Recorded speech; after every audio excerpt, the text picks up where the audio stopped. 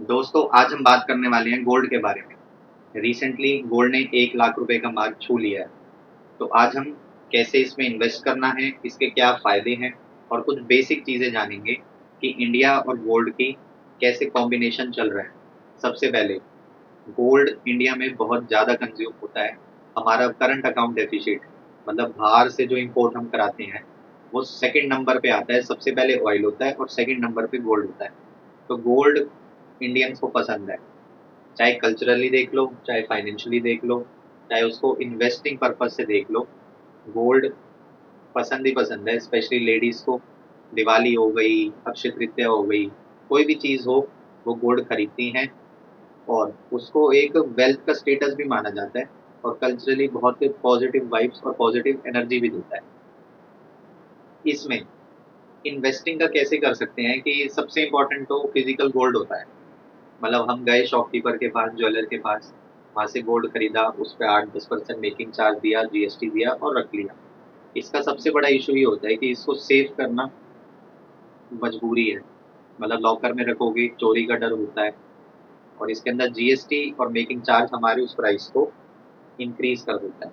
दूसरा तरीका ये है कि सॉवरेन गोल्ड बॉन्ड्स, उसके अंदर आप इन्वेस्ट कीजिए। गवर्नमेंट की स्कीम्स भी हैं, वो रेगुलरली स्कीम्स निकालती रहती हैं। उसमें एक डीमैट फॉर्म में, पेपर फॉर्म में आपके पास एक रिटर्न नोट आ जाएगा कि ये वाला इतना परसेंट गोल्ड, 24 कैरेट, 22 कैरेट, वो आपका सेव्ड है।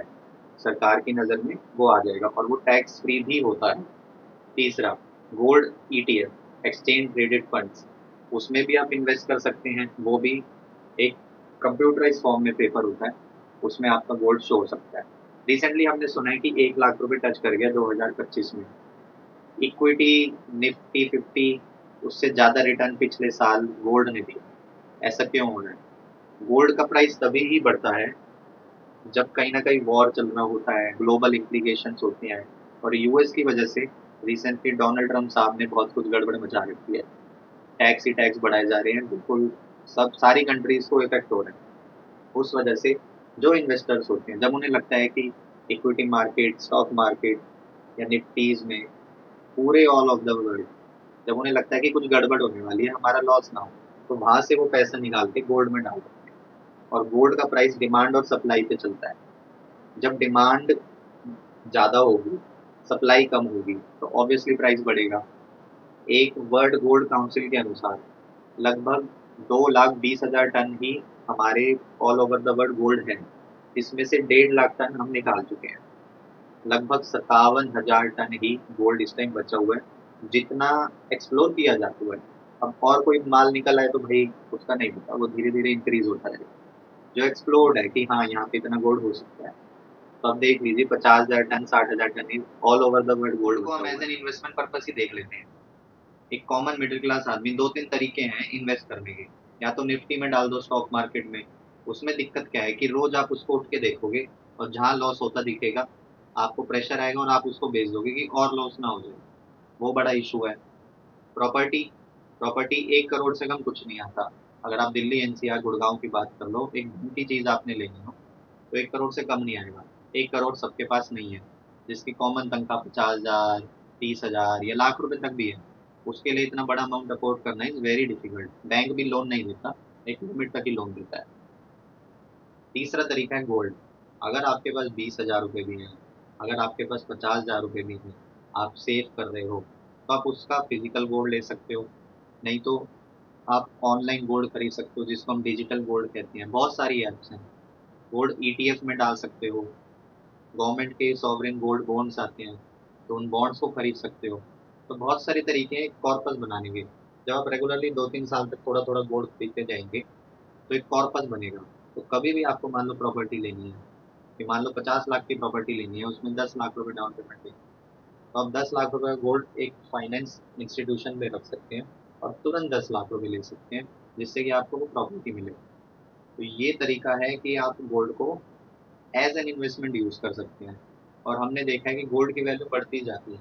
कुछ लोग कह रहे थे कि कम हो जाएगा, गिर जाएगा। ऐसा नहीं होता है। गोल्ड की जो डिमांड है वो सप्लाई से ज़्यादा है। हमेशा गोल्ड की डिमांड ज़्यादा रहती है। जिस भी प्रोडक्ट की डिमांड ज़्यादा होती है उसका प्राइस हमेशा बढ़ता है। ऐसा कभी नहीं हुआ कि डिमांड हाई हो और उसका प्राइस कम हो रहा हो। किसी भी प्रोडक्ट में आप देख लीजिए, दूध लेना हो, दूध की अगर डिमांड बढ़ रही है तो उसका प्राइस भी धीरे धीरे इंक्रीज ही होता जाएगा। उसका और कोई तरीका नहीं है। और गोल्ड तो हमारा एक लिमिटेड क्वांटिटी में है, तो ये तो है नहीं कि अबेंडेंस में गोल्ड है, बहुत लिमिटेड क्वांटिटी में है। लगभग 2,20,000 टन मैंने आपको बताया कि पूरे all over the world explored है कि यहाँ पे इतना हो सकता है। इसमें से 1.5 लाख टन तो हम कंज्यूम कर चुके हैं, निकाल चुके हैं। 50,000 टन गोल्ड बचा है पूरी दुनिया के लिए। पूरी दुनिया में बहुत सारे लोग होते हैं, हर सारी कंट्रीज हैं, तो आप देख लीजिए कि उसका प्राइस हमेशा बढ़ेगा।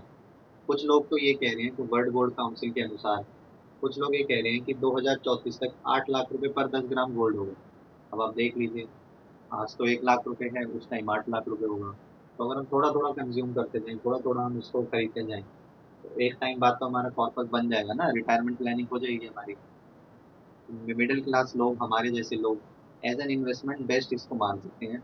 देखिए, बैंक अकाउंट में भी अगर कुछ पैसे पड़े हुए हैं तो कुछ इंटरेस्ट तो मिल नहीं रहा, 2 से 3% इंटरेस्ट मिल रहा है, और इन्फ्लेशन चल रही है 6 से 7%।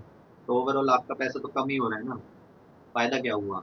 अब आप गोल्ड में डाल देते हैं, जैसे पिछले साल लगभग 30% के आसपास गोल्ड ने रिटर्न दिया, निफ्टी से भी ऊपर दे दिया। तो आप सोचिए, अगर गोल्ड 2 4 5 सालों में आपका अमाउंट 5 सालों में डबल कर देता है, तो ये तो बैंक अकाउंट नहीं कर पाएगा ना, कोई भी एफडी नहीं कर पाएगी। और गोल्ड एसेट का एसेट हो गया, चीज की चीज बन गई आपकी। कल्चरली भी सिग्निफिकेंट है, लेडीज को भी पसंद है, तो ओवरऑल तो आपका प्रॉफिट ही हो रहा है ना, फायदा ही फायदा। ऐसी वीडियोस के लिए हमें फॉलो कर लीजिए, इंफॉर्मेटिव वीडियोस आती रहेंगी। धीरे धीरे इंफॉर्मेशन मैं गेन करता रहता हूँ कहीं ना कहीं पढ़ के, और आपके साथ में शेयर करता रहूँगा। Thank you.